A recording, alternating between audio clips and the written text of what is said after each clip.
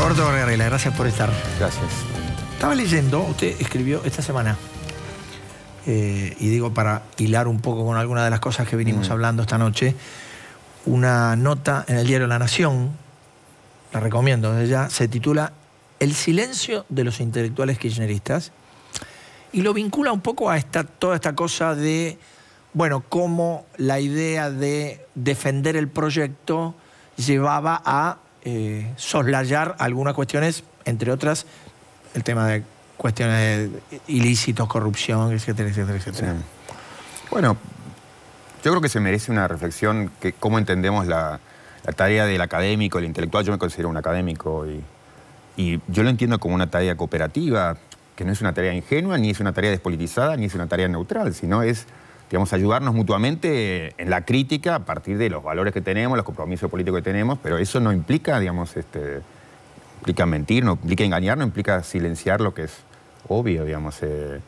No, y me parece que eso como que se cruzó la raya de un modo muy excesivo y se faltó a esa cooperación que necesitamos de ayuda. Digamos, muchos de nosotros buscamos en los referentes que teníamos ayuda para saber cómo pensar los temas importantes, y lo que encontramos fueron más bien obstáculos. Digamos, ¿cómo pensar cuando se dicta la ley antiterrorista? ¿Cómo pensar la ley de democratización de la justicia? ¿Cómo pensar la ley de responsabilidad del Estado? La principal respuesta que dio el kirchnerismo después de la masacre del 11 fue la ley de responsabilidad del Estado, que implicó limpiar de responsabilidad, digamos, o obstaculizar la posibilidad de que se impugnara a los funcionarios. Bueno, digamos, una vergüenza, y muchos desde el ámbito jurídico pensábamos, bueno, ¿cómo concebir eso? ¿Cómo posicionarnos frente a eso? Y yo creo que necesitamos la ayuda mutua. Y entonces, o silenciar, o engañar, digamos, o justificar lo injustificable, eso. Creo que ha sido una falta, un deber de lealtad común, pero eso es compatible con tener compromisos políticos, convicciones políticas, pasión política, pero digamos, eso necesitamos colaborar mutuamente. En la época del alfonsinismo, sí. Bueno, yo creo que, o sea, uno servía al proyecto, digamos, de los derechos humanos, si criticaba la ley de obediencia de vida, punto final. Bueno, digamos, y ese era el servicio que uno podía esperar del intelectual, no salir a decir, bueno, no, estamos en un momento destituyente, no se puede decir nada, no. Es servir al proyecto de los derechos humanos, digamos, hacer críticas a los que consideramos inaceptables. Usted menciona en la nota también algún caso, no le pido que lo identifique, porque no es eso, pero algún caso de gente con las cuales usted compartía, o profesores suyos, o que usted compartía situaciones, y como de pronto se produjo ese desacople. ¿Tuvo oportunidad de volver a retomar el diálogo, volver a repensar algo con ellos, o se hace difícil?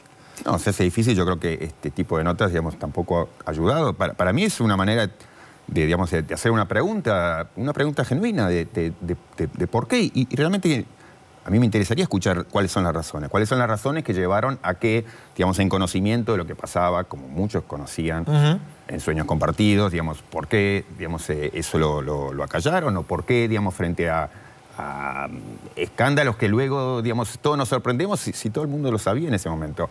Bueno, en el ámbito en el que yo me muevo, en la justicia, había muchos jueces a los que uno estaba cerca y admiraba, digamos, porque había visto cómo es la renovación de la justicia, son la gente que viene a renovar el Poder Judicial, y bueno, luego los encontramos en las peores situaciones que hoy son, digamos, son públicas. No, eso, yo creo que hubo esas fallas en la cooperación, digamos, en el trabajo común. Ahora, dígame, a propósito, y siendo usted un hombre del mundo judicial, ¿usted es de los que creen que es posible combatir la impunidad desde el mismo lugar desde el cual se protegió la impunidad?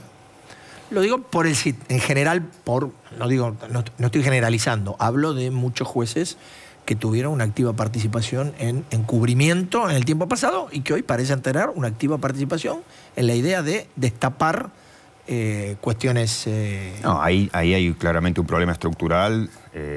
Digamos, quienes han estado comprometidos no son las personas en las que podemos confiar. A mí me llama la atención, digamos, los entusiasmos que suscitan el movimiento de tal o cual juez cuando hace tal...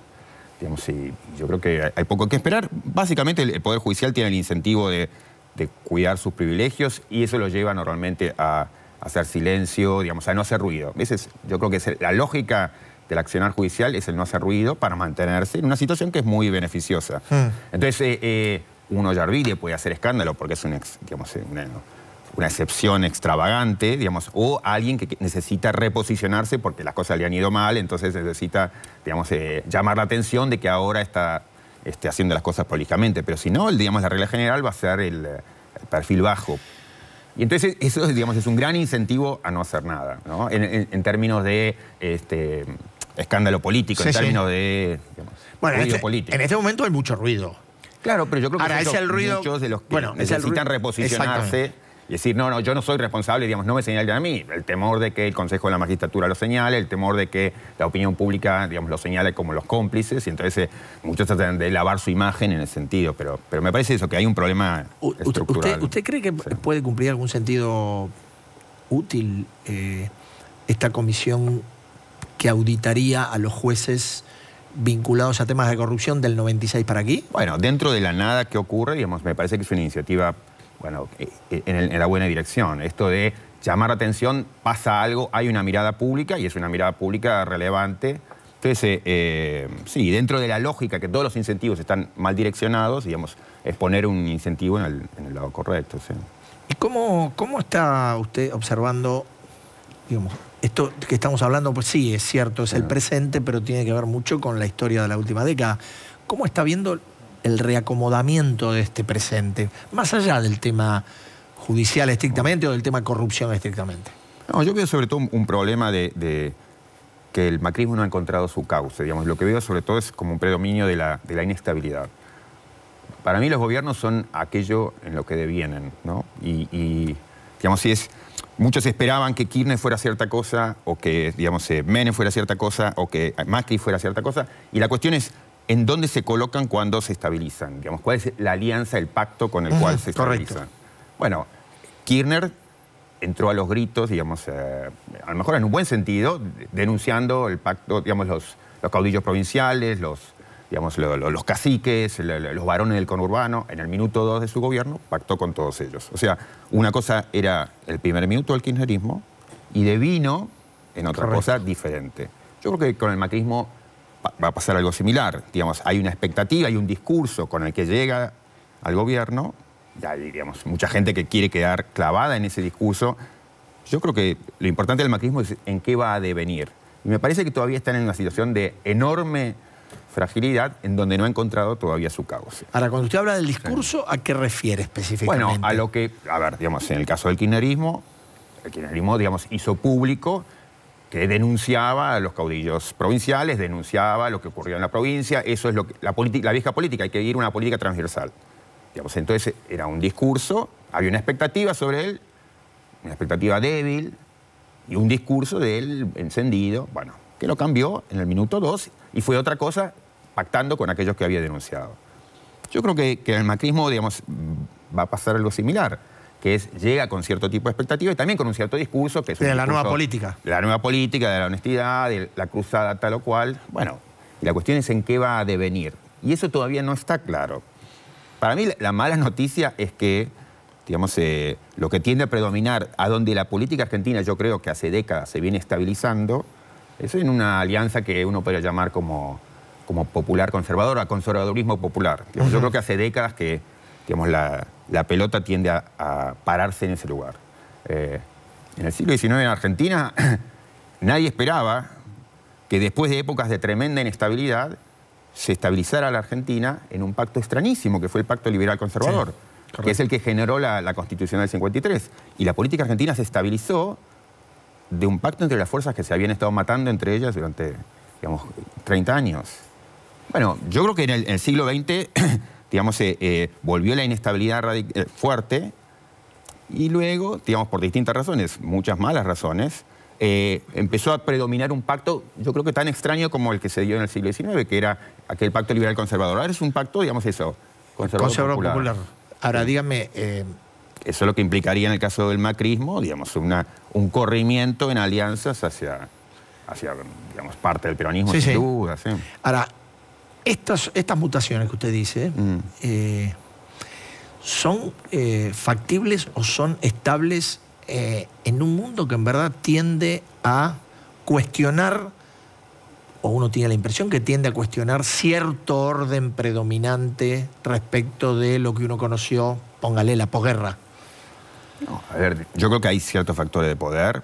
Yo creo que en Argentina factores de poder tienen que ver no solo con grupos económicos, tienen que ver también con eso, con caudillos provinciales, con digamos, fuerzas provinciales muy fuertes, que hoy son los que manejan la renta, que tienen que ver con la caja, digamos, de los recursos que llegan del Estado. Y eso facilita, digamos, eso, que ellos tengan poder y que quien está en el gobierno, digamos, tenga un poder de influencia muy fuerte sobre ellos. Lo que facilita que se encauce un pacto, digamos, de ese modo. Por eso digo, no sé si es una buena noticia, me parece preocupante. En todo caso, también es preocupante la inestabilidad en que hoy, la situación, digamos, resbalosa sobre la cual está parada hoy el macrismo. Hoy está en una situación, digamos, muy inestable. Digamos. Pacta con 4 personas allá, 5 senadores allá, frente a cada, digamos, hecho nuevo. Eso así no puede mantenerse y no va a mantenerse, y eso es preocupante. La cuestión es dónde se va a estabilizar, ¿no? ¿Y usted cree que se estabiliza por ¿Cómo ese se lado? ha venido estabilizando la política argentina? En ese sentido también, me parece, para subrayar, las continuidades más que las rupturas entre el kirchnerismo y el macrismo. O sea, por supuesto que, digamos, en términos declamativos y en términos reales, digamos, ha habido hechos nuevos. O sea, la renovación del INDEC yo creo que es importantísimo, digamos, ciertos actos de transparencia también. Pero me parece que en el fondo, digamos, hay más continuidades que ruptura, ¿no? Y va a haber más continuidades que ruptura. Gracias, Gargarella, por acompañarnos. Bueno, gracias a usted.